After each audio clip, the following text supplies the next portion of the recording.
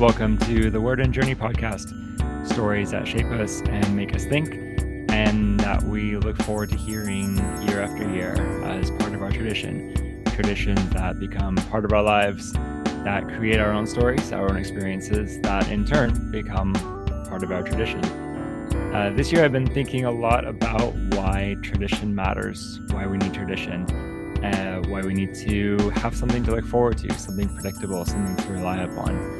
And I'm really struck by the power of tradition to shape us. And, there's a very classic literary reference in Fiddler on the Roof. Tevye, when talking about why he loves tradition, why his people do tradition, he says, we have our traditions. Everyone knows their place and what is expected of them, or something like that. And it's a really true thing that I have been starting to see in my own life and in the lives of others around us. When we have tradition, we know how to be. We know who we are. We know who our people are. We know what life is supposed to look like. We know what to expect. And there is a stability and a certainty to who we are and how life should be. In the absence of that, there's freedom. There's exploration. There's a lot of possibility for new things and innovation and creativity, good things. But taken to their extreme or done without tradition, there can be a chaoticness to that. And in light of that, I'm coming to appreciate more the value of having the tradition. I'm a creative. I always will be a creative, and I love to explore and to see new things and to try new things out. And I love to see where things can go and how things can develop. But I need that stability of knowing my people, knowing my place, knowing my story, knowing the stories that have shaped me, knowing my history, my lineage, my legacy. And I'm discovering that that might not be just unique to me. That might be you as well, or people that you know. And tradition, it's an important thing. It shapes us and helps us know how to think, how to feel, how to be. So then, for this nativity season, I opted to collect some traditions. In this episode I gathered some friends to talk about stories that we've loved, stories that we've lived, stories that have marked the holidays for us in some way. And these stories range from the very silly to the very personal to the very profound, and you'll get to hear a lot of different experiences of Christmas, of nativity, of holiday, of winter, of snow. And it's a really delightful, really fun, lighthearted collection with a few, I think, fairly poignant moments. In this collection, you'll get to hear some familiar voices and some new voices. You'll get to hear from Jake Schwartz, who you might remember from the episodes in the Word and Journey on the Great Divorce, and then on 1984. You'll hear from Stephanie Bennett, also from the 1984 series. You'll hear from Jeremy Pasimio from the Fight Club series, from Matt Renzi, who did episodes with me on the Wheel of Time, from Joel Summer from the upcoming series on A Picture of Dorian Gray, and from Justin Nichols, also from the upcoming series on The Passage, as well as from Russo Browser, who you might have heard back on a in-depth episode on The Pilgrim's Progress, and he's got a new book coming out that we'll be talking about as well. But we're going to share some stories and some memories and how these have shaped us in some way. Welcome back to the show, Russo. Always good to see you, and happy holidays, Merry Christmas, Feliz Navidad. Thank you so much. Back Yeah, to you in double portion. right. So yeah, I have been compiling this collection of favorite stories from people who have been on the show a little bit. So here's where you get to talk about a favorite story, whether it's a book or a song or a movie related to nativity, the holidays, and then I want to hear about your other book too, because we keep meeting under these circumstances. You write a book, and I say, Russo, come on the podcast. So anyway, It's a treat to get to join you on the Word and Journey podcast. It's the only podcast that I listen to on a regular basis that I've ever been a part of. So that makes it super fun. excellent, cool. Yeah.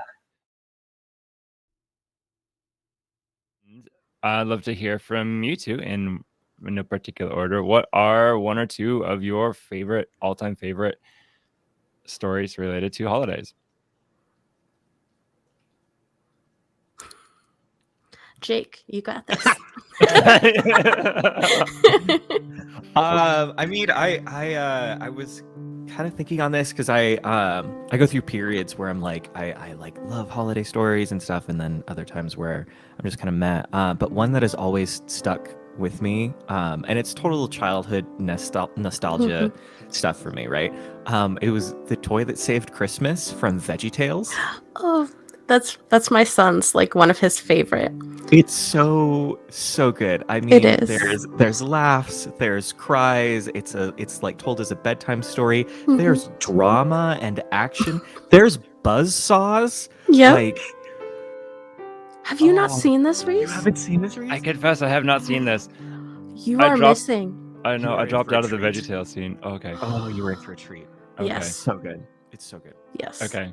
But it's like this pretty standard Christmas nativity-ish sort of story. Like, what is the true meaning of Christmas is more of like what it is, and it opens with this, toy manufacturer, sort of like the villain of our story, right? And he is trying to get more money, of course, because we want to get more and more things at Christmas, right? And there's this new commercial for the toy Buzzsaw Louie, which, like, wild, absolutely wild. It's just a doll with a working buzzsaw in its hand, and I kind of really want one. I just got a 3D printer, and now I'm trying to figure out, can I make this? Put it up on a really high shelf so that, like, no kids visiting my house actually get it, because yes, the buzzsaw really will be working. And so like there's this new Christmas ad, very very like 80s 90s sort of thing, where it's like, it's the new toy and you need to tell your parents to buy you this toy, because the true meaning of Christmas is having more stuff, and also Billy has more toys than you. And it opens into this like chaotic scene where kids are like running around and like slamming into the living room with their parents, like, Billy has more toys than me. Who's Billy? I don't know, but he has more toys than me.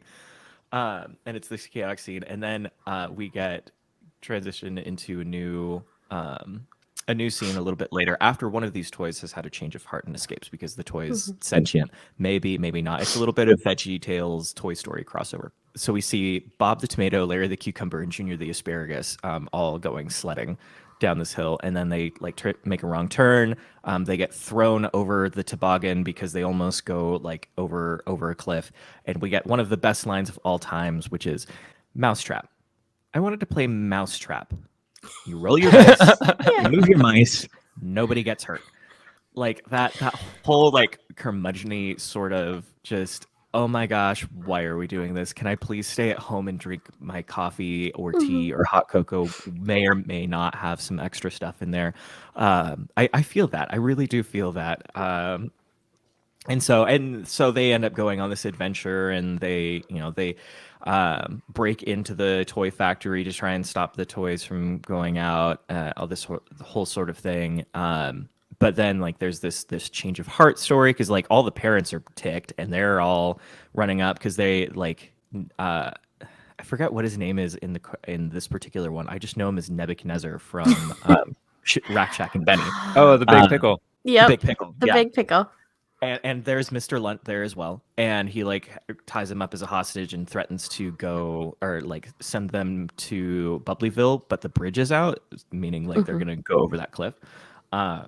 And so the parents see this and they like break in, and it's like it's 30 minutes, so there's not a whole lot of time for really true plot development, right? It's Mr. Nezzer, that's what it was. Mr. Nezzer, we have something for you. And then like the kids give him a gift of a teddy bear, and it's like what he always wanted. And then there's this, it transitions into this story of like it's better to give than to receive, that sort of stuff. And then they also tell the story of the Nativity, about how Christ came for us, which was really, really it's sweet. It's great. It's total nostalgia baiting for me. And I love it. I might like rewatch it on Christmas Day. We'll see. That does seem interesting.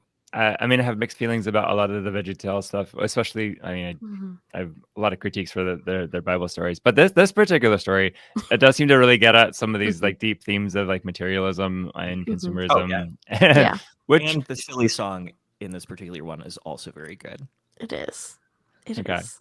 Yes. Let the young listener, be wise and attend to this this relic from our childhood. Yes.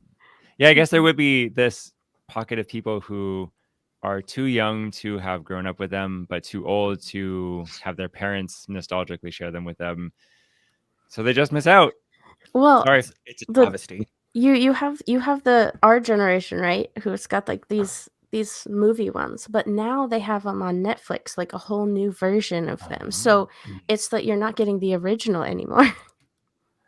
It's true, yeah. You're getting a I don't whole think different that thing. I don't think Phil Vischer is running it anymore either. No, I think he was on it for like a short time, and then he's not with it anymore. Yeah. Side note, he has a wonderful podcast. He It's really, really good. does. He I've heard really that podcast. does. It's Mhm. entertaining. Because I It's guess great. that's the natural progression for people is we develop opinions and then we podcast about it. Yeah. And then in my case, we also try to hit the YouTube, and it's stressful, but hopefully cool. I'm personally excited, but I also know that I don't have to edit this one, so I get it. Like, Right?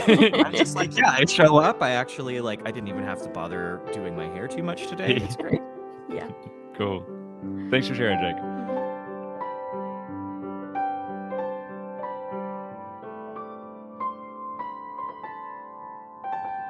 Joel, I would love to probe into your personal legendarium.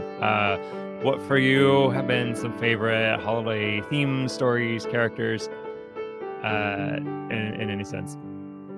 Well, just as a warm-up, I think in the movie tradition, I often, right after Thanksgiving, always watch Rudolph the Red-Nosed Reindeer with the claymation style stop frame animation, and I'm a big fan of Hermie, the dentist character. Is a huge one for me. It's also parodied in the beginning of the Christmas movie Elf. They kind of do the first part of the movie Elf is kind of like an homage to that.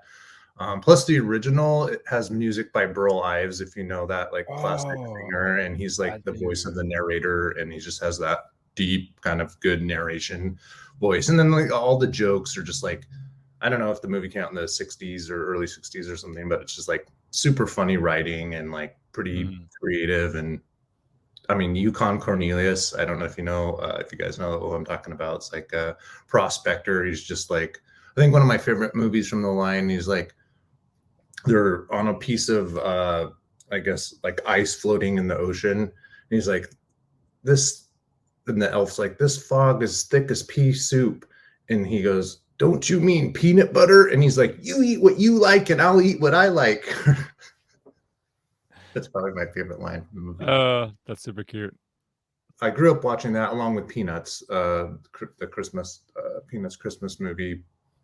Those are both super special to me. For probably like 4 or 5 years, I don't know, this is probably about like 10 years ago, me and a good friend and his wife, they would always invite me over the day after, usually Thanksgiving, and they have a basement with like a fireplace, and they're like, be prepared, we're gonna roast you out. And they like get their basement so hot that it's like sweating hot, and we'll have have a drink and have popcorn and like basically just be uncomfortably hot and watch Rudolph. So that's a good memory for me. And it's usually, they usually make a pina colada. It's usually some sort of like foofy sort of tropical drink.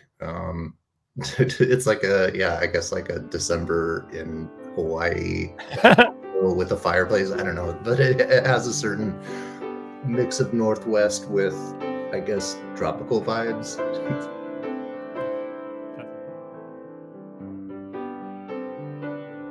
Outside of Home Alone 1 and 2, which in my mind can never be touched, they're like classics. So The Family Stone was made in 2005. It has a stellar cast.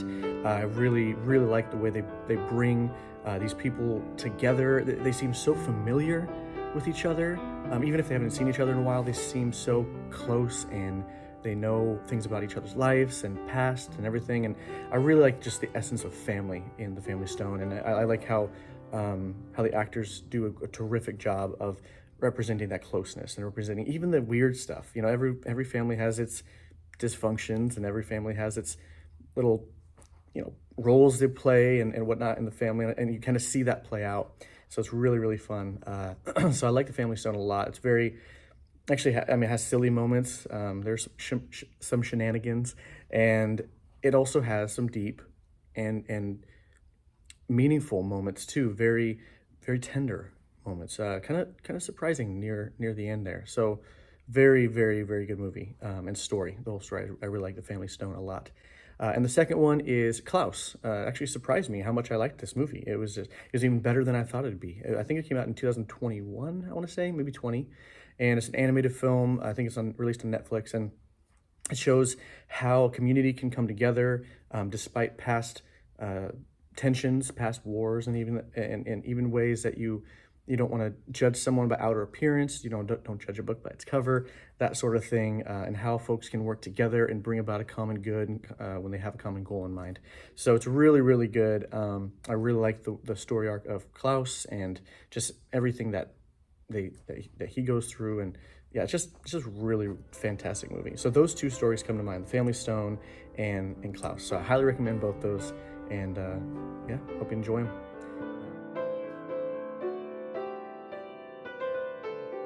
So this isn't a true connection. So you mentioned Burl Ives, who did not score the movie White Christmas. That was Irving Berlin, I think. Oh gosh, I believe it was Irving Berlin. Okay, cool. So that's one of the Christmas stories I'll volunteer for this segment.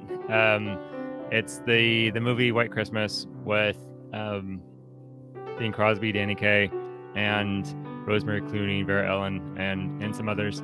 And so this is both like a story that's kind of cool, also a family memory. It's become like within my family unit, part of our family lore, that it's the movie we watch every year, and as early as the day after Thanksgiving or like the evening of Thanksgiving, when we start bringing out the Christmas decorations, because we properly wait until after Thanksgiving to decorate and bring out the Christmas music, because that is when the Christmas season officially starts. Thank you. I suppose unless you're Orthodox and you've been starting the Nativity fast, which I think starts before Thanksgiving. So they have an excuse because they're in fasting season already. But anyway, but White Christmas, it's this older film, and it follows the story of two guys who they're war buddies from one of the world wars, and they have this general that they really love and respect. And after the war, the two war buddies, they go and they get into showbiz, and they become famous and everything. And then randomly they decide to go do a show up in Vermont, and they're excited for the snow, but there's no snow.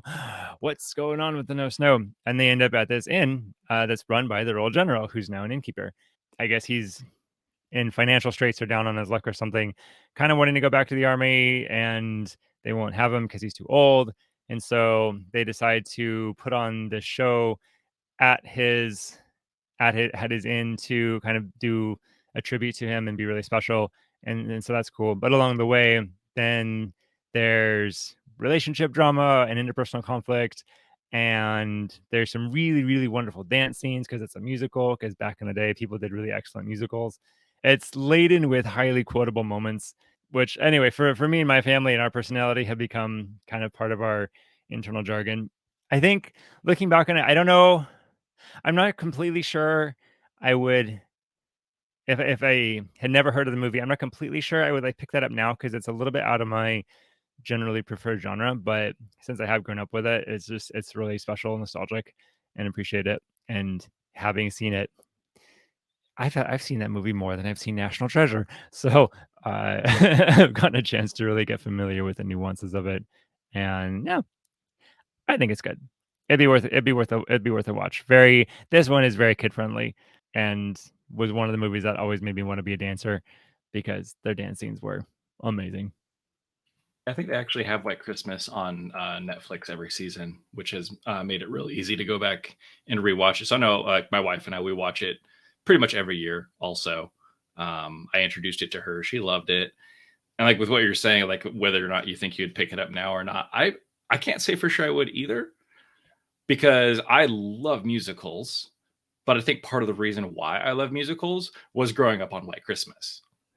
So Yeah. if it hadn't been for White Christmas, I don't know that I would have loved musicals as much. So I don't know if I would have picked it up. But yeah, same. Definitely vouch for it as just a classic Christmas tale. And honestly, every time I watch it, like the thing that always gets to me is just the writing and the dialogue is so much better and so much more clever than anything sharp, that so comes out clever. now. Like just really good, intelligent humor that's not crass or doesn't rely on innuendo or anything like that. It's so good for that. But yeah, I will also have to agree with White Christmas's classic Christmas. Very Along with- classic. I mean, I do like Elf also. So And the second one is Klaus. Actually surprised me how much I liked this movie. It was even better than I thought it'd be. I think it came out in 2021, I want to say, maybe 20. And it's an animated film. I think it's released on Netflix, and it shows how community can come together despite past tensions, past wars, and even ways that you don't want to judge someone by outer appearance. You don't judge a book by its cover, that sort of thing, and how folks can work together and bring about a common good when they have a common goal in mind. So it's really, really good. I really like the story arc of Klaus and just everything that he goes through, and yeah, it's just really fantastic movie. So those two stories come to mind: Family Stone and Klaus. So I highly recommend both those, and yeah, hope you enjoy them.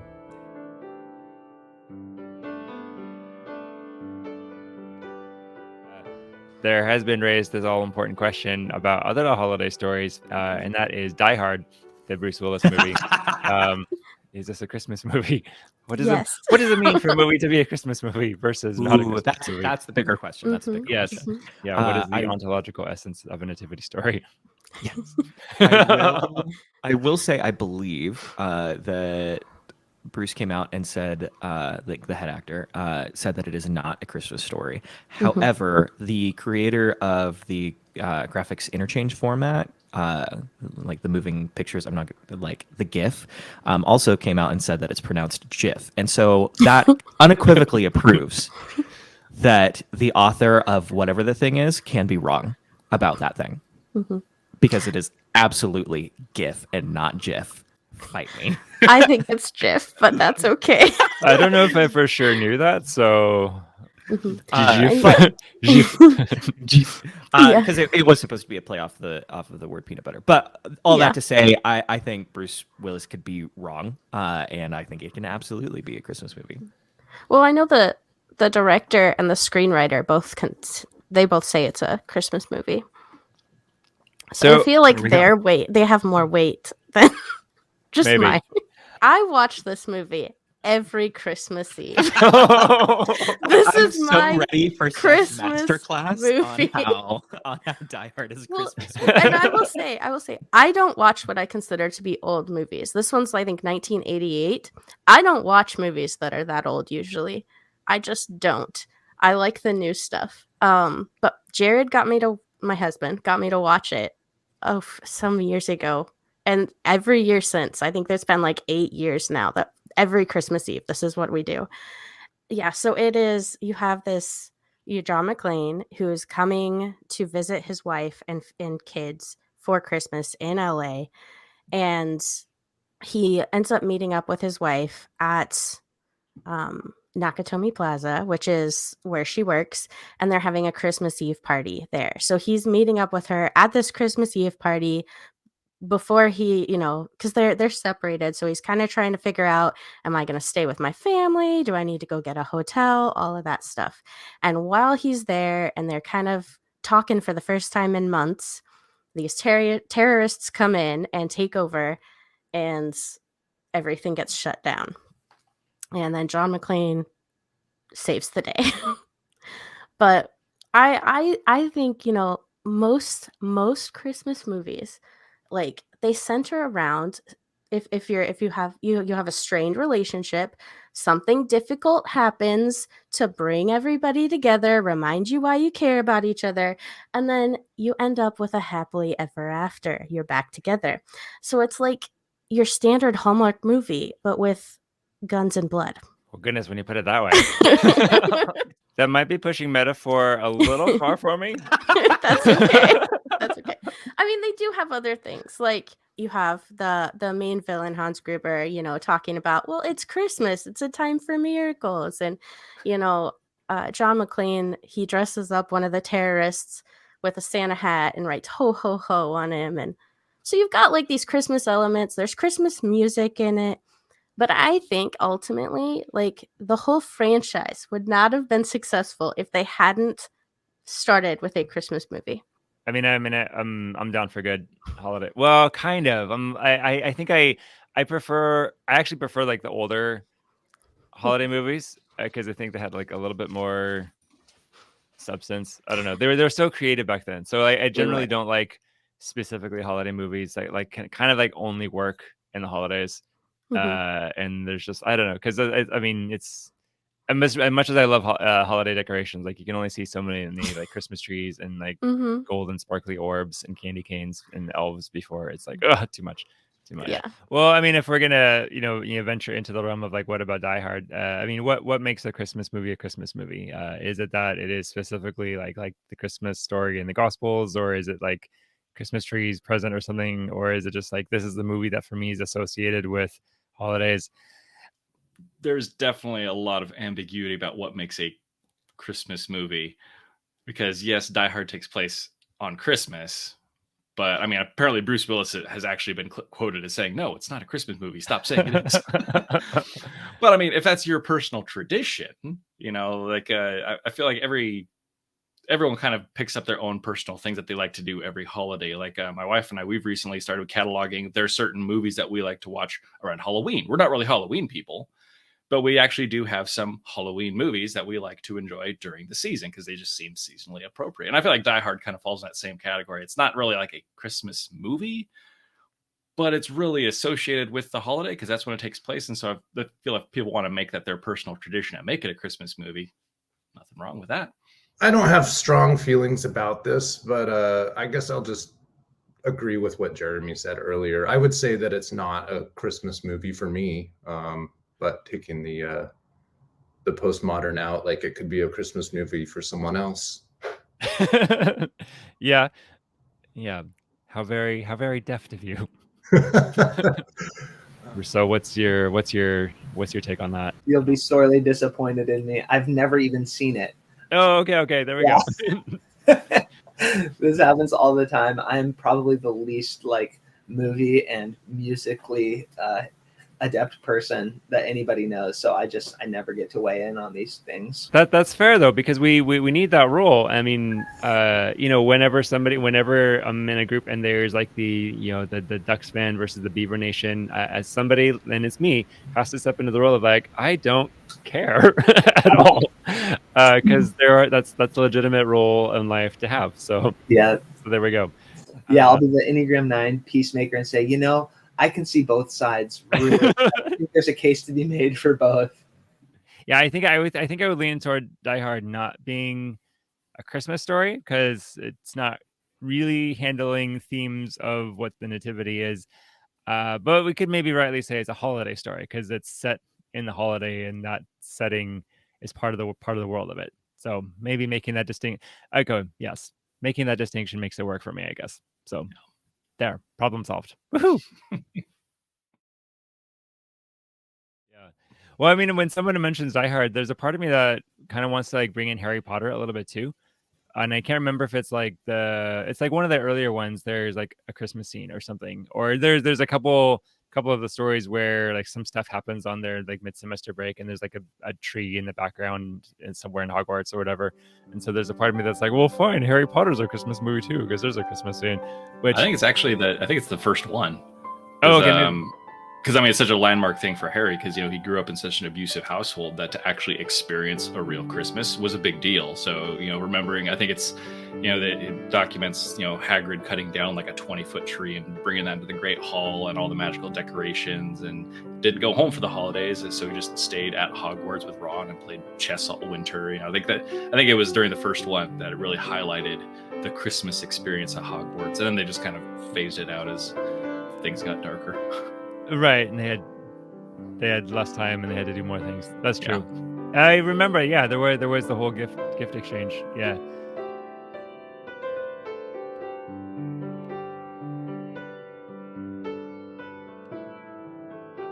Steph, how about you? What's one of your all-time favorite stories? Okay, so my mom read, she always was reading books to us when we were growing up. And one of them was actually an Advent book. So it's set up to, like, for the 4 Sundays before Christmas, you start reading it and you read like a chapter of like 5 to 6 pages every day. And so it's really cool. This one is called Jotham's Journey by Arnold Atreid. I'm not sure how to say his last name. I think that's it. But it's about this 10-year-old boy named Jotham who gets really mad at his dad because his dad's not letting him go off to heal brothers. He's like, you're 10, you can't go. And so he storms off and spends all night out in the wilderness. And this is like Bible times, right? And so he comes back the next day and his family's gone.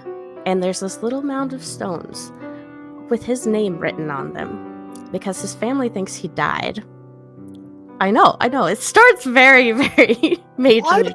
I know. And this is a Christmas story, I promise.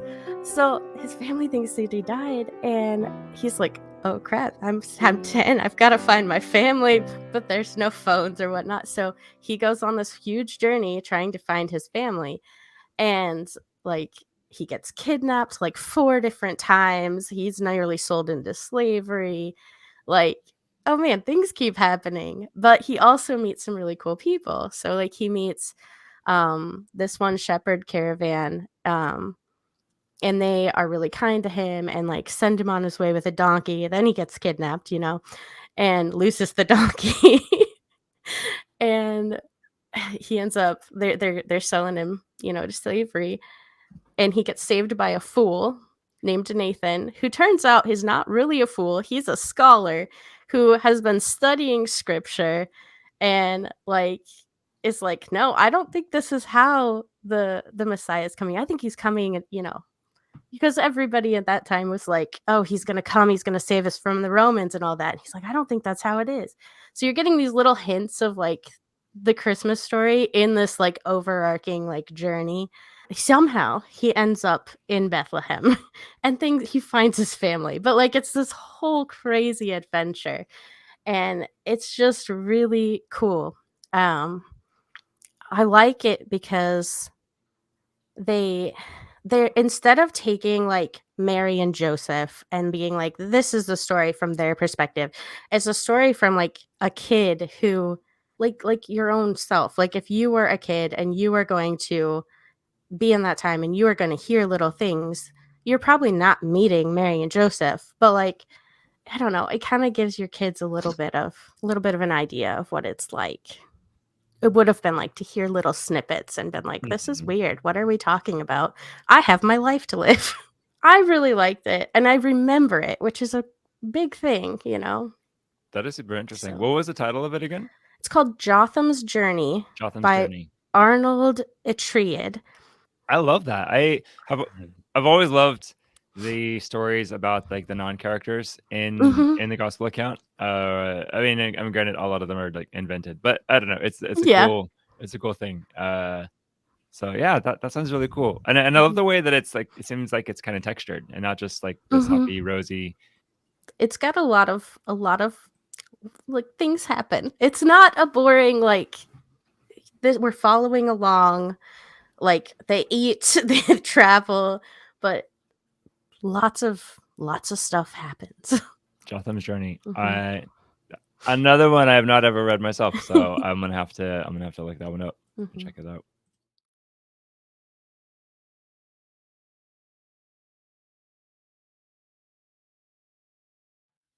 So not directly related to holiday, but pretty close. So again, same group of friends. Specifically, it was me, Ben, and Dan, because it was around the same time that Peter Jackson's Lord of the Rings trilogy came out. It had 3 years running. Oh yeah. So and that always came out in the holidays, did it? Always came out right around holiday time. So we didn't do it for the first one, but I remember when the Two Towers came out, we had really enjoyed the trilogy. We had all read the books multiple times, and we decided, hey, we should be there before, and we want to be first in line to get in. And this was like before the age of midnight premieres. That wasn't really a thing yet. So I think the first showing of the day on launch day was probably like 9 in the morning or something like that. And I remember me and Ben and Dan, we showed up at the theater at 4 in the morning. I remember Dad dropped us off on his way to work. And we were there, just the three of us, freezing because, you know, it's the middle of December. Nothing's open around us. And like about 20 minutes in, we're realizing this was a really dumb idea. What are we doing here? But it still ended up being like a really fun thing because there were other people that had a similar mindset, just not as extreme as ours. So a couple hours later, you know, we're getting towards like 5, 6 in the morning. A few other people start to show up, and then eventually the line forms. And sure enough, we're right at the head of the line, right where we wanted to be. And again, just one of those silly, just a nice bonding moment between friends that we just decided we were going to, you know, unite over this common purpose, as ridiculous as it was. And then I remember the following year for Return of the King, it was like a major thing. It was like, hey, let's try to do this again. But then so did everyone else. And it was like almost a little chaotic and messy, but it was just all the people together. So again, not exactly holiday, but, you know, came out in December, pretty close to the Christmas time. So I'm going to say it just counts.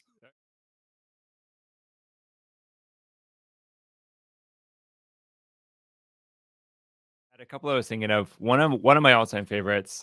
It's a short story by O. Henry called "The Gift of the Magi," and it's set, I know, in the 40s, 50s, you know, somewhere in America, generic big city America, and it follows this this poor couple, a man and a wife, who are happily married, and love each other very much, and they're very poor, and I guess their two treasures are her hair. I guess it's full length, really luscious, beautiful, gorgeous, healthy, you know, desirable hair. And I guess he has a pocket watch, like a golden heirloom pocket watch that's really, really valuable, that he's inherited from family and everything.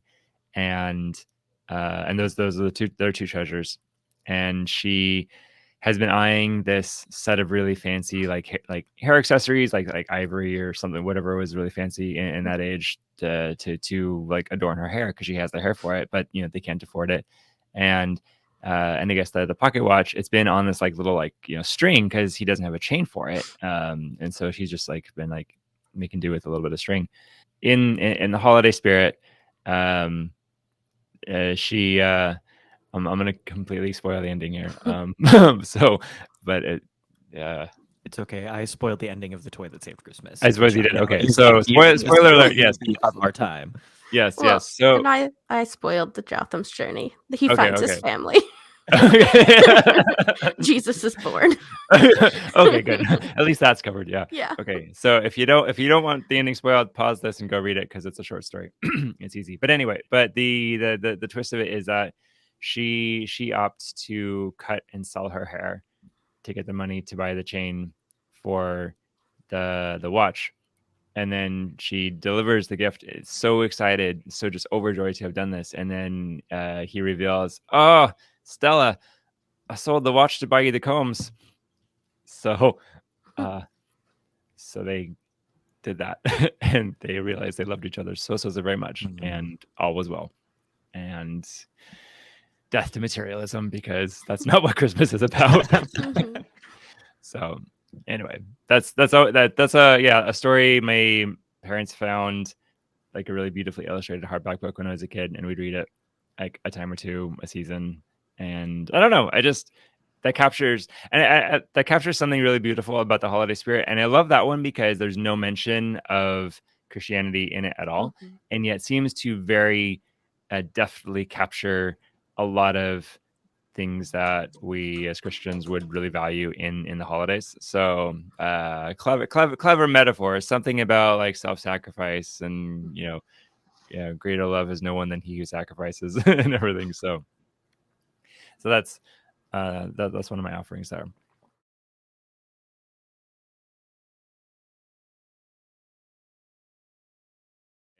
So this is my controversial statement. So I like a lot of old movies. I have a hard time with It's a Wonderful Life, because it's just so true to reality, sad. And I mean, I know that like the twist and the happy ending is kind of cool, but I don't know. I don't know. Which is weird because I generally like a good like hero's quest struggle story, but this one I think is just you know, not it defies expectations. I go to holiday stuff expecting something a little bit more bubbly, or at least, you know, guns and blood, and this one's Yeah. just like we're poor and in debt, and like business is stressful, and we're like in a personal recession, and I'm like that's not fiction. So, Yeah. I can understand that. yeah. So anyway, although there's a part of me that deeply resonates with the ongoing struggle of George Bailey to just you know the endless deferment for the sake of some higher good, you know, families definitely higher good, but then it gets really hard to like see that and hold on to that, and so one might consider bridges every now and then. So anyway, that's my complex thought there. Well, has anyone mentioned A Christmas Carol by Charles Dickens? No. Oh no, we haven't. Oh my gosh, how cool to miss that one. So that's another important book. I've read the book a few times, and then also I'm a big fan of a lot of the movies, including the Muppets one. I was thinking the Muppet Christmas Carol, yeah. I probably don't hit that every year, but at least every other year. And just, I guess, what a beautiful story of like transformation and remembering that there's kind of just one of those good stories to hear about how we can change. I'm glad you mentioned that, because I think that is a really good, really well done classic, and yeah, it brings in these themes of like self-reflection, self-examination, remorse and repentance, and really highlighting the need for like community and relationships, and like the power of relationships to heal people, which is really essential. And the Muppet Christmas Carol is just absurdly silly and really delightfully fun in a lot of ways. But yeah, the actual book. I think actually I'm glad you mentioned that, because I had thought earlier this year, I think my kids are old enough I could read it to them, and like Ruben at least will begin to get it. But I suppose I should get on that if I want to get it from the library, because probably everybody will want it. Hopefully everybody wants it. Hopefully people still read books. Yeah, read a book. Read a also, book. The Muppets has Michael Caine in it, just in case anyone forgot, so you can practice your Michael Caine impressions. That is part of what makes it so good. I think that was the last version that I watched and it was actually fairly recent. I think my wife and I were just browsing. Ever since we've had our son, we've been watching a lot of Disney Plus, good kid-friendly stuff. And I think we came across Muppet Christmas Carol, and just like sometime like randomly in early summer, whatnot, we decided, hey, let's watch this. Why not? And it was actually a lot better than I remember it being. Like you say, just good, silly fun, but still a good story. And again, Michael Caine, he's amazing. It's Alfred.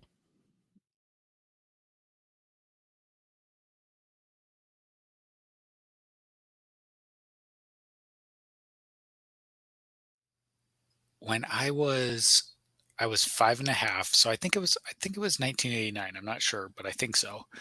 I was 5.5, and my sister was 2.5, and we grew up in Oregon, and we weren't the most like financially well off family. We were a single income, and my dad was a public school teacher at a very small school district, like rural school district. So we were just making it by. But my grandfather was retired and lived in Florida and loved us to come out. So every once in a while he would spring for tickets for us to come out. And so we got to go out to Florida for Christmas. And Southern Oregon during December is usually very depressing and sad and rainy. But no snow. So it's like equally depressing as a kid. So we got out to Florida, and out of like a freak occurrence, it snowed in Florida that year. And so we were in this tropical environment with snow. So just an interesting tidbit. Whenever it freezes in Florida around orange season, they spray the oranges with water. So the water freezes around the oranges and preserves the fruit so the crop doesn't die. I had no idea. So there was all these cool like frozen orange globes everywhere, which was just fascinating. And the cool thing about Florida is there's oranges everywhere, so we would have like fresh squeezed orange juice every day, which I loved. But one day, it was Christmas Eve is what it was. We got all ready for bed. We were at my grandfather's house, and they had gotten one of like my great uncles dressed up as Santa Claus, or like a family friend dressed up as Santa Claus that came over. And so they put us all to bed, and then all the parents, like, the adults started freaking out, and all of a sudden we're like, what's going on? And so they have this on video, and this is why I remember it so clearly. We come out, and it's me and my 2.5-year-old sister, and Santa Claus is there. And man, we lost our crap, dude. We were like, what is Santa Claus? No way. And my sister's in the footy jammies, and I can see her like doing the little kid like dance thing where you like shake back and forth and stomp your feet. There's just all that excitement going on, and we're talking with Santa, and he's pulling like presents out of his bag, and there's just a ton of excitement. All the adults are living it up. Out of nowhere, I was a very animal-loving child, still a very animal-loving person. We just got 2 puppies we're fostering. I can hear them barking downstairs. I turned to Santa and said, "Can we see a reindeer?" And it was like, you know when you like watch a commercial, they have like the record scratching, goes like, and everything like stops and it goes silent. It's like completely silent, and it's probably only like 2 seconds, but it's 2 seconds of like adults looking around at each other, and just it really stands out that no one knew what to do. And finally everybody was like, just, oh well, the reindeer aren't here, they're down the road, whatnot, like that. I ended up brushing it off, but later on that the next day, we went walking down the street to look for reindeer hoof prints to see if we could see where they were at. So they were just trying to follow the event through. It just stood out to me as one of the most special kind of Christmases, because they worked so hard to make it this big event for us, and also just a child's curiosity kind of almost poked holes in it. That's super special. Thank you for sharing that. Yeah, man, it was fun. It was, bless them for putting that together too. As a parent and an adult now, I'm like, whoa, man, that's a lot of arrangement and get things like set up, and to almost have the reindeer kind of poke a hole in it. Yeah. You gotta love kids' curiosity though. Yeah. I think for me, just going from like personal anecdote and memory, there were a couple, 2, maybe 3 years in high school where I actually hosted a small Christmas get together with me and like my 5 best friends at the time. So it was me, my 2 good friends, Ben Works and Dan Hawkins, and then Julie, who's now my wife, and then my 2 other really good friends, Missy and Aaron. So 3 guys, 3 girls. It was always just a really, really nice time. Spent an evening, just thought I would cook. I think like 1 year I made soup. Don't remember what I did the other years, but it was just, I'd provide food and drinks, and we would watch movies, play games, had a little gift exchange. Always just like really stupid, silly gifts, because that's the kind of humor we liked. And it was just it always stands out to me as being one of the best Christmas memories I have of just, people always talk about holidays being a time to connect with family. And for me, as I've grown, my definition of family actually has almost nothing to do with blood relation. It's the people that you choose to have in your life. And at that time in my life, that was my family, was that group of the 6 of us, because they were the ones that we mutually had chosen each other to be there for each other, support each other, laugh, cry, whatever. Like, we were a family for that short season of time. And that's probably my favorite holiday memory that I have, is those couple of years getting together around Christmas time and just having just some good, silly, stupid fun, some good food. That was a real good time. I remember those times, and yeah, you really got into it and set up the whole table and the whole cooking thing. I was very impressed that you cooked, and yeah, that was a really tight group of people. You have good people, still good people. Still good people, not as in contact as we used to be, except for obviously my wife. Well, I'm glad you're in contact with her. Yeah, that's a good thing. But yeah, it's good people. Still reach out every now and then. The kind of people that you don't see for like 10 years, and then you see them, and it's like you've never spent any time apart, and you're immediately catching up and just right back to where you were. So not horribly close anymore, but the type of people that I know that in a pinch I could rely on, to at least go and just have some good fellowship with. Yeah, that is really special. I wonder, because I have a couple of people like that too, where I don't see them very often, but then when we do, it's really cool. And I guess now, since I introduced this holiday theme, now I'm wondering, what do you see as the role of holidays and feast days in these like longer term relationships? Do you find like you kind of need a holiday occasion to get together, like jumpstart something, or does there exist the capacity to say, hey, we just are thinking about each other, let's get together? I think that the capacity definitely exists, but I think just with the innate busyness of life, that the holidays kind of help facilitate that, because it gives a reason to do it. It brings it to the forefront of the mind that's like, oh, it's holiday time. We should try to connect with these people. It's an excuse to have a get together or a party or whatnot. I could call up someone at any given time, like just a random day in June or whatever, and be like, hey, you want to go grab a drink? And sure, it would happen. But when you have job, family, kids, all that, it can be hard to make that a priority when you have so much going on, especially important stuff like your own immediate family. It's like, I got a wife and kid, I'm always going to put them first. So making the time to reconnect with friends, I think the holidays make a more convenient scenario for that. They give the excuse to want to connect with people.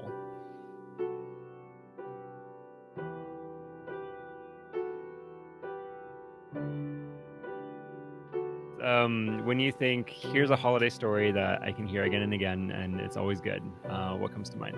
Well, what comes to mind is all of the holiday stories and Christmas stories from my upbringing. It's not so much like books or songs or shows. It's always just like my family, growing up in a family with 7 brothers and sisters, and just the madness, the chaos is just so fun. So I have every holiday pretty much is composed of having several hours of like nostalgic throwback reminiscence with my siblings. And I know that's not exactly what you're probably expecting, but anytime I think of Christmas stories, unless I'm thinking of like the original Christmas story, I'm usually thinking of like all of the crazy holiday goodness of my upbringing. Yeah, well, I'd say the original Christmas story counts as worth mentioning. But yeah, I had the privilege of being familiar with your family when we were all kids, which is really great. Yes. Also, maybe next time you see your mom, thank her again for the van. Oh yeah, did she give you guys the 15-passenger van? Did she sell that to you, or No, she didn't sell it to me, but she gave me a key and said I could use it whenever I wanted. So that's what's up. So good. Yeah, that was awesome. Yeah, but so in a larger family, what's a particular fun story for you in the holidays? Well, every single year we would have the elves come by, and so I didn't know at the time, but it was people from the church who just knew the constraints of providing a wonderful Christmas for so many kids. And so with my mom being a stay-at-home mom, and my dad was substitute teaching and back in school to get his teaching license at that time. And then they ended up divorcing when I was in elementary school. And so there was always people who would show up with these bags of gifts, but they would do it at random times on like Christmas Eve, bang on the doors, leave a pile of gifts. And we would always try to catch them. We began to to be a holiday tradition to watch out for the elves and look for them as they would come. And they would always find a way to sneakily drop off gifts when we weren't expecting it. And they'd always get away. And then it wasn't until later in life we found out who it really was. So that was pretty magical. Yeah, those are great stories. And I don't know, stories like that kind of restore my hope in humanity a little bit. That there's some good, decent people. It was probably a Christmas 3 or 4 years ago for me. I remember as a kid every Christmas feeling very special because we didn't have a lot, but my parents always sprung to make sure that we had gifts. I was always a bike, or one year my mom sewed a teepee for me out of this camouflage material so that I could play out in the outside with it? Well, every single Christmas, my mom would just like, she would find a way, like beyond the elves coming through, she would always just be just going above and beyond her means to make sure it was like a special and wonderful time. And there was this one Christmas, I don't remember exactly what happened. I had saved up all my birthday money and then collaborated with my mom to make sure that I got this motorized scooter. And I was in middle school, but it was like not electric, it was like a gas powered scooter. And it was there on Christmas morning. And I was so excited. I ran to the gas station, which was just across the street, filled up a gas can, and came back into the kitchen where it was sitting on the hardwood floor and started pouring the gasoline into its tank without a funnel, and just gasoline got all over the floor. My mom was furious. I was stressed out. And then my little brother, Pascal, randomly took like one of those 4th of July poppers that you pull the string to. Oh my goodness. And he fired it at my little sister's face, and it like, stung her pretty good. And she's crying, and I yelled, "Way to go, Pascal! You ruined Christmas!" And he just burst into tears because he's the youngest of my brothers. Uh-huh. And it was probably just me projecting my own, failures with the gasoline onto him and trying to get the focus off of my own Christmas catastrophe. Yeah. Well, that's a less special one. But that's a great one. That does sound highly insensitive of you. However, I was waiting for the house to go up in flames, so yeah, no, that didn't happen. True. But at the start, if I may, of the Christmas book that I wrote, my mom, when I was in like maybe 1st grade, I got a soloist part in a Christmas choir, and I totally forgot the words to it. I blanked on stage, had no idea what we were singing, and I was so embarrassed. But afterwards, I went up to my mom for comfort, and she was wearing those earrings that are made of like cheap metal that turns your ears green. She was wearing the angel earrings, the copper, I think, like copper metal. Like if you put a ring on, it stains it green. She was wearing these copper earrings I had gotten her, and her ears were totally green, but she was wearing them in support of me. And it's just a memory that I will always cherish. And so I put a dedication to the Christmas book I wrote to her in there for always going above and beyond. That's super sweet.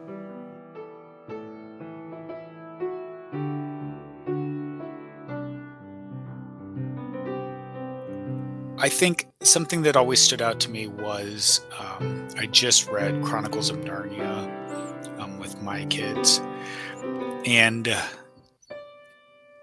I love the story in there where it's always winter and never Christmas. For 100 years under the White Witch. Yeah, dude, it's C.S. Lewis. What does he say? He said something about if it's not worth reading at 10, then it's not worth reading at 30, or something along those lines. Or if it's not worth reading at 30, then it's not worth reading at 10, was his line, I believe. When the 3 children are running with the beavers, and they're running from the White Witch, and they're under the overhang, and they've just kind of escaped. And I think they did it better in the movie actually than the book. I think they improved on it, where the kids are running and the sleigh's coming, and you think it's the White Witch that's coming after them. But it turns out that it's actually Santa Claus that's shown up. In the book, they're just under the cliff, and the beaver pops up and sees that it's Santa. And the things that Santa brings, the gifts for each of the kids and the food, both of those things really stood out to me. And I think I really connect with that in story and enjoy that story because of the magic that Christmas can be when it's done really well. That story captures a lot of the magic. I love that you invoke the Chronicles of Narnia and Father Christmas. And yes, that's a really poignant moment of that whole epic. And as you're talking about it, I was thinking about, like the way that, there's this like eternal winter, no Christmas, no holidays, no joy. And now Peter, Susan, and Lucy, they're being given like practical things like weapons, but also really festal things like food and a feast. And we kind of discover, hey, there is some utility to being joyful. But I was thinking about kind of the symbolic value of it, or just kind of mirroring, the appearance of Father Christmas to like the original, like the Nativity, the birth of Christ. It's this in the midst of this darkness, there's uncertain outcome, uncertain future, and in this really like quiet background sort of way, there's just this little insertion of like, oh yeah, here's a little joy, here's a little life, here's a little bit of hope that later becomes something. And yeah, there's kind of a way, the Father Christmas story in The Lion, the Witch, and the Wardrobe, it kind of captures that in symbolic value. I think C.S. Lewis does so good at weaving myth into the Christian narrative and showing how all myth represent all true myth that connects with deeper human meaning is a shadow of the Christian narrative. And I think in my own life, there is hope of the future to come. But just like we were just talking, it's more winter, dude. Like spring hasn't come. There's joys here. There's 2 puppies downstairs. I got 4 kids. They got the flu at the moment, so we're taking care of them. My wife and I generally have the resources covered. We have enough, and yet there's still suffering and death and so much pain in life. And it's more winter than it is that spring or summer. But there's gifts along the way to help you battle the evil. And at some point, I'm looking for Aslan's return. And I'm looking just for those pieces of it. Where's he coming? When's he showing up? And hoping for that eternal summer. Yeah. So you got to figure any sort of item or experience that kindles hope is really useful, and maybe even we could consider non-negotiable, or not just fluff and fun, but kind of a human imperative. Yeah, absolutely, man. Yeah, believe it or not, there's a church epic. Actually, Saint Nicholas, Bishop of Myra, after whom Santa Claus is a kind of a corruption. But so there's a very famous story where he was wealthy and also very, very generous. And so back in 3rd, 4th century, he became aware of this poor man with 3 daughters who are marriageable age, and he was too poor to give them a dowry. So he was concerned, oh no, they're going to have to go into slavery or do unsavory work and everything. And so Nicholas, he is according to tradition in this story, he took a bag of gold and like walked by the house and like threw it through the window in the middle of the night and then ran away. And then that was the dowry for the first daughter. And then later did the same thing for the second. And by the time they came to the third one, the dad was ready. And so after the bag of gold came like crashing through the window, he like ran out and found St. Nicholas. And St. Nicholas made him promise, don't tell anybody the story until after I'm dead. And so he did. Dang. Yeah. But so it wasn't even in their stockings hanging by their fireplace. No, just like thrown through the window. That's what's up. Yeah. Dang. So yeah, relentless generosity. We could use a little bit more of that. For sure. Yes. I've seen a couple new books come out about the original St. Nicholas story, and that made me really happy because there's so much just Santa Claus stuff out there that is, it's not nearly as like wonderful as hearing about an actual human being, not who goes climbing through people's chimneys, but who throws bags of gold through people's windows. That's so much better of a story. Yeah. I find it pretty compelling, and I think I'd like to be like that. Just be relentlessly, vigorously, secretively generous. Yeah. So we'll see. Well, I guess technically we won't see because I'll be doing it in secret. But yeah, your left hand won't even know what your right hand's doing.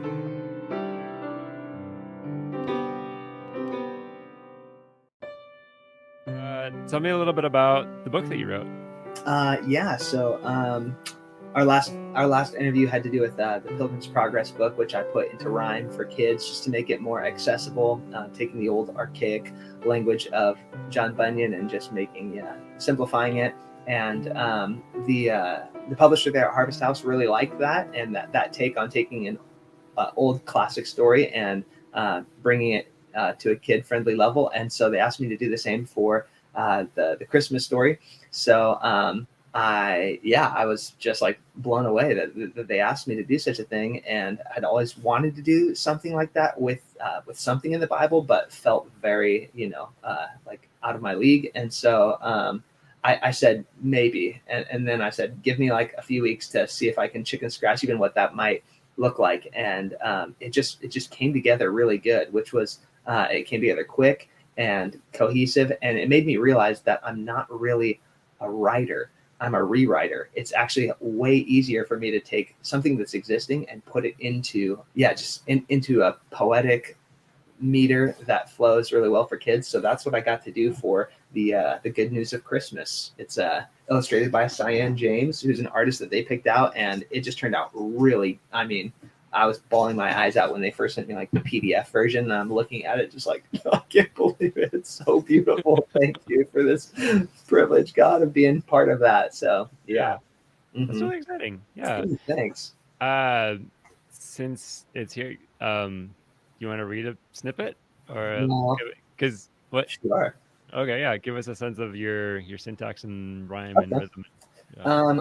All right. I got to give a shout out to my mom in the dedication real quick. I wrote, to my overwhelmed, overworked, underappreciated mother, who made each Christmas unforgettable in one way or another, for embracing and enduring the chaos of 7 kids, for the innumerable thank yous which we've daily failed to give, for never canceling Christmas, though you threatened to do so each year, and for the copper angel earrings in your green and swollen ears.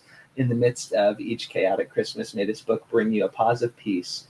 Take rest and rejoice in Jesus, God's gift too wonderful for words. Your beloved boy, Zoe, which is my childhood nickname. So that's my shout out to Mama Bear. I wanted to make sure that it didn't just jump into the Christmas story, which is what most Christmas stories do. I wanted to connect it to the whole story of the Bible, the whole story of redemption. So I wrote, I wish to tell my readers now, before this tale begins, that unlike every other book, this story has no end. If truth be told, this book you hold is just the middle chapter in God's plan, which spans from before time began to the infinite ever after. It's the story of God's glory at the heart of human history, in which God revealed who he is and uncovered the mystery. So as you hear it, may God's Spirit stir inside your heart and bring you into his kingdom too.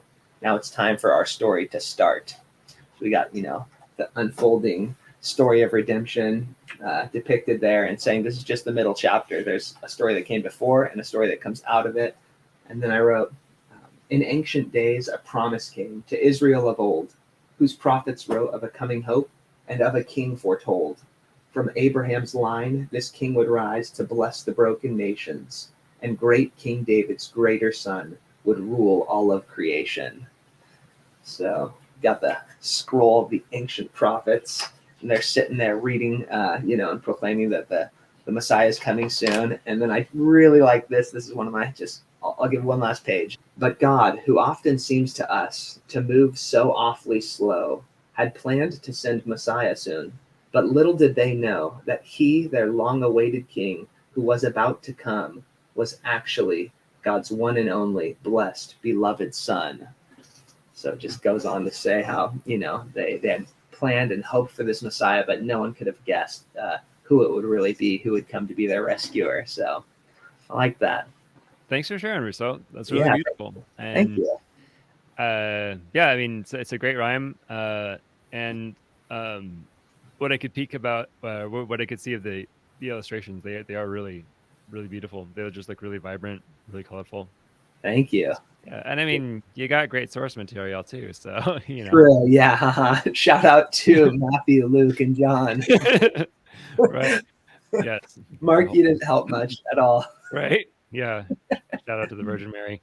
Yeah, I was gonna say, just speaking of the Virgin Mary, if I may, because this is for me as a Protestant growing up, there was always this this thing with Mary, and this revisiting the Christmas story like really helped me to deepen my appreciation and just love for Mary, because as a Protestant we're always taught hey, don't reverence her, don't worship her, you don't need to pray to her, and I still hold those convictions, but it always felt like I was like trying to make sure I separate myself and not have any respect, like it was this kind of guarded relationship, and just the illustrations that came out in this book, it just has Mary just sitting there planning her wedding celebrations, and she's got all of her flowers picked and all her plans swirling through her brain, and the angel shows up and just shatters like all of her dreams and all of her plans, breaks all of her expectations for what life is going to be. But this page like is what is the best page in my opinion. It says, "Behold," responded Mary, "I am the servant of the Lord. Let everything be done to me according to your word." Then as the angel left her home, her world was rearranged, and prayerfully she pondered how her whole life would be changed. And just seeing that like displayed like in a human character who had plans and hopes and expectations and aspirations for what her life would be, and responding to the news that shattered all of those, just made me like have this like, whoa, she was like a person. She was like a real saint, like in the true sense of the word. Like I want to like learn all I can from that example. And I think, again, still like as a Protestant, I'd be like, I think Jesus is the ultimate example of that, right? The Garden of Gethsemane, but like he learned that and saw those virtues even in his mother. And, so I just really figured that was worth throwing out there for whatever it's worth. What's your hot take on it? Because I mean, I'd love to hear just your thoughts on it. Yeah. Well, so I'm not a theologian, so check with your priest. But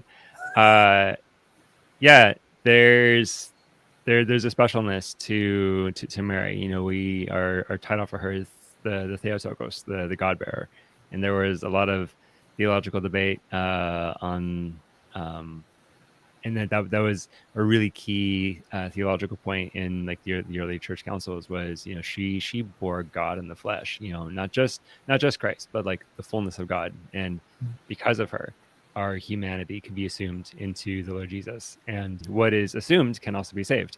So there's this really vital role that she played. Speaking of images, one of my favorite icons is it's depicting Moses and the burning bush, and in the midst of the flame is the Theotokos, because we see the burning bush as a foreshadowing of the Virgin Mary, in that just as the bush was consumed, was burning with the flame of God but not consumed, so too she bore in her womb that she contained the uncontainable and was not destroyed, and that sort of symmetry I really love. And there's Contains the uncontainable and was not that. Wow, that's amazing. Yeah. So there's there's a specialness, and I have loved to become acquainted with her in a way, and to become more acquainted with her story, and to appreciate all that she does and has done for us as a people, for me as a person. And yes, and being Orthodox, we do seek her intercessions, and we believe that she is the Queen sitting at the right hand of the Lord Jesus. Not God, but but she has his ear, and so we do seek her aid. But yes, she's very special, and there's some really cool images around that. Yeah. Well, thank you again so much for sharing some stories and some memories, and for sharing about your book. Which and to complete the pitch, if somebody wanted to pick up your book somewhere, where can they find it? They can find it here at my house. Come on over. My address is I'm just kidding. No, you can find it on Amazon or pretty much any like online bookseller. My cousin just sent me a photograph from his local bookstore over in Idaho. He's like, "Hey, your book's here," and I was like, "Whoa, it's in actual stores as well as online." So that was really cool. You may be able to find it at a local, bookstore, but definitely, Amazon or it's Harvest Houses who published it. So you could go to Harvest Houses, and then christianbooks.com. Christianbook.com usually sells it at a discounted price. So if you do pick it up, an Amazon review is probably the best and most helpful way to continue helping my journey as an author. So just throwing that out there. It's true. I affirm the 5-star reviews, they are worth their weight in gold, and alas, they have no weight because they're digital. But okay, that metaphor failed. Awesome. Well, Sure. cool. Well, everybody go check out that and consider that as a gift for you kids. and or to adorn your coffee table or something, because all of our coffee tables need more adornments because there's not enough stuff on them. For sure. So good. Nice. Yeah, man. Thank you so much for the opportunity to come on and reminisce about my Christmas childhood upbringing and talk a little bit about this new book. Of course. Anytime. Always a pleasure. All right. Well, Merry Christmas to you. And to you as well. Thank you for being with me on this episode of the Word and Journey podcast, talking about holiday nativity themed stories and some Christmas themed stories that we have loved and appreciated and that have been just part of our lives and part of our traditions, and maybe now, per our recommendation, might become part of yours. And I hope you enjoyed this time with us very much.